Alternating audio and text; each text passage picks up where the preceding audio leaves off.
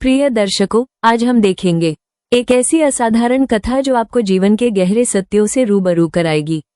ये कहानी है एक विद्वान ब्राह्मण की, जिसने अपना पूरा जीवन पूजा पाठ में बिताया, जिसने ज्ञान अर्जित करने में कोई कसर नहीं छोड़ी और जिसने प्रभु को पाने की हर मुमकिन कोशिश की। पर इन सब के बावजूद उसके भीतर कहीं एक गहरा खालीपन था, एक ऐसी बेचैनी जिसे वो समझ नहीं पा रहा था। इस पूरी कथा को अंत तक जरूर देखें। अगर यह कहानी आपके दिल को छू जाए तो कृपया इसे लाइक करें और हमारे चैनल को सब्सक्राइब करें। बहुत समय पहले की बात है। भारतवर्ष के दक्षिणी अंचल में एक नगर था, विज्ञानपुर। वहां के मुख्य ब्राह्मण का नाम था विभाश्चेत्य। वे केवल एक विद्वान नहीं थे, वे राज्य के महामंत्री, आध्यात्मिक गुरु और अनेक मंदिरों के मुख्य आचार्य भी थे। पूरा नगर उन्हें नमन करता था। वेद, पुराण, ज्योतिष और तंत्र सब में उन्हें पारंगत माना जाता था। एक बार किसी राजा ने पूछा, आपने किस गुरु से ये सब सीखा? विभाश्चेत्य मुस्कुरा उठे, मैं स्वयं ही अपना गुरु रहा हूँ। उनका यह उत्तर लोगों को विस्मित करता, पर धीरे धीरे वो विस्मय श्रद्धा में बदल जाता। वेदियों पर आहुतियां देते समय जब वो मंत्र बोलते, ऐसा प्रतीत होता मानो स्वयं देवगण उतर आए हों। परंतु धीरे धीरे उनके भीतर एक अदृश्य अग्नि जलने लगी थी, अहंकार। वो स्वयं को धर्म का द्वारपाल समझने लगे थे। एक दिन नगर में एक वृद्ध साधु आए। वे किसी भी सभा में नहीं बोलते थे, बस एक श्लोक दोहराते रहते थे, जो स्वयं को मिटा देता है वही प्रभु को पा लेता है। लोग उन्हें अद्भुत कहते, पर विभाश्चेत्य हंसते हुए कहते, ये तो केवल एक भिक्षुक है। साधु मुस्कुरा दिए और बोले, जब समय आएगा तो ज्ञानी भी मौन हो जाएगा और साधु बोलेगा।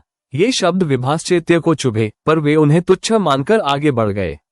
पर उन्हें नहीं पता था कि यही साधु भविष्य में उनकी आत्मा का दर्पण बनने वाला है। समय बीतता गया। विभाश्चेत्य ने अपने जीवन का सबसे बड़ा निर्णय लिया, महायज्ञ करने का। ये यज्ञ 7 दिनों तक चलने वाला था। पूरे राज्य में घोषणा हुई, राजा ने भारी दान दिया, नगर सज गया। चारों ओर ढोल नगाड़े बजने लगे। विभाश्चेत्य ने घोषणा की, इस यज्ञ से देवगण प्रसन्न होंगे, ऋषि मुनि आशीर्वाद देंगे और मेरे राज्य में स्वर्ग उतर आएगा। परंतु किसी को नहीं पता था कि ये यज्ञ सिर्फ धर्म नहीं, प्रतिष्ठा की अभिलाषा से उपजा था। पहले दिन की पूजा आरंभ हुई। सैकड़ों ब्राह्मणों ने वेद पाठ शुरू किया, परंतु जैसे ही मुख्य आहुति देने का समय आया, अग्नि प्रज्वलित नहीं हुई। सबने आश्चर्य से देखा। किसी ने सोचा घी अशुद्ध होगा, किसी ने कहा दिशा अनुकूल नहीं, परंतु सारी तैयारी शुद्ध और विधिपूर्वक की गई थी। अगले दिन फिर यही हुआ, फिर तीसरे दिन भी। अब विभाश्चेत्य का चेहरा कठोर हो गया।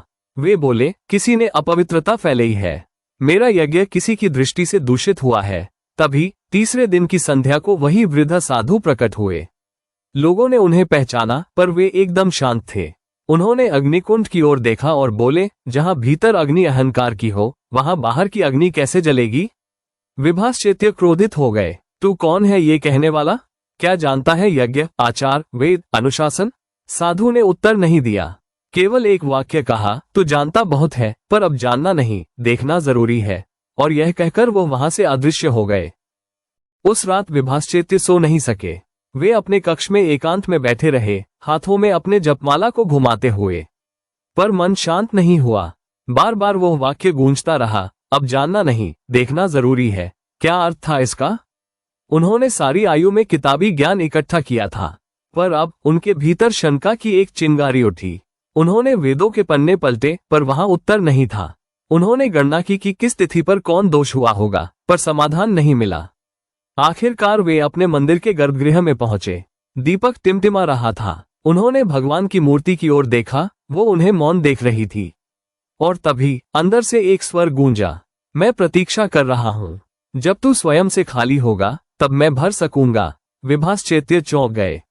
ये किसने कहा? उन्होंने इधर उधर देखा, कोई नहीं था। पर यह कोई सपना नहीं था, ये चेतना थी, हृदय की पुकार। तभी उन्हें याद आया, साधु ने क्या कहा था, जब तू मुझ में मैं देखेगा। और उसी क्षण उन्होंने निर्णय लिया, अब मैं यज्ञ नहीं करूंगा, अब मैं प्रभु की खोज में निकलूंगा, स्वयं को जानने। अगली सुबह विभाश्चेत्य ने अपने सभी शिष्यों और राजा को बुलाया। वे चुपचाप मंदिर की चौखट पर खड़े हुए और बोले, आज से मैं गुरु नहीं, साधक हूँ। मैं प्रभु को ढूंढने निकला हूँ, जो कभी मेरे अंदर था, पर मैं उसे पहचान न सका। सभी स्तब्ध रह गए। राजा ने उन्हें रोका, आचार्य, आप हमारे मार्गदर्शक हैं, राज्य को आपके ज्ञान की आवश्यकता है। पर विभाश्चैत्य ने सिर झुका दिया। जिसने अब तक ज्ञान बांटा वो स्वयं अज्ञानी निकला। अब मुझे केवल एक लक्ष्य है, प्रभु का साक्षात्कार। वे अपने घर से केवल एक धोती और एक कमंडल लेकर निकले। उन्होंने किसी को अलविदा नहीं कहा, बस मन ही मन इतना कहा, हे प्रभु, अब मैं आपको ढूंढने नहीं, आप में खोने निकला हूं। वर्षों बीत गए। वे नगर नगर, जंगल जंगल, पर्वत पर्वत भटकते रहे। कहीं कोई संत मिले तो विनम्र होकर शिष्य बनते। कभी घोर जंगलों में तप करते, कभी किसी भूखे को भोजन देकर संतोष पाते। परंतु प्रभु उन्हें अभी भी नहीं मिले। कभी कभी हताशा भी आती, पर जैसे ही उनका मन डगमगाने लगता, कोई अदृश्य संकेत उन्हें फिर साधना की ओर खींच लेता। हर बार लगता कि अब प्रभु सामने आएंगे, पर केवल मौन मिलता, और धीरे धीरे वो मौन ही उनका मार्गदर्शक बन गया। वर्षों की खोज और साधना के बाद भी विभाश्चैत्य को प्रभु के दर्शन नहीं हुए। वे गुफाओं में साधना करते, संतों की सेवा करते, भूखों को अन्न देते, परंतु भीतर की शून्यता भरती नहीं थी। एक दिन एक नदी के किनारे उन्होंने ध्यान करते करते स्वयं को भुला दिया। न शरीर का बोध रहा, न समय का। और तभी उनकी आंखें खुली तो सामने वही साधु खड़े थे जिनका कभी उन्होंने अपमान किया था।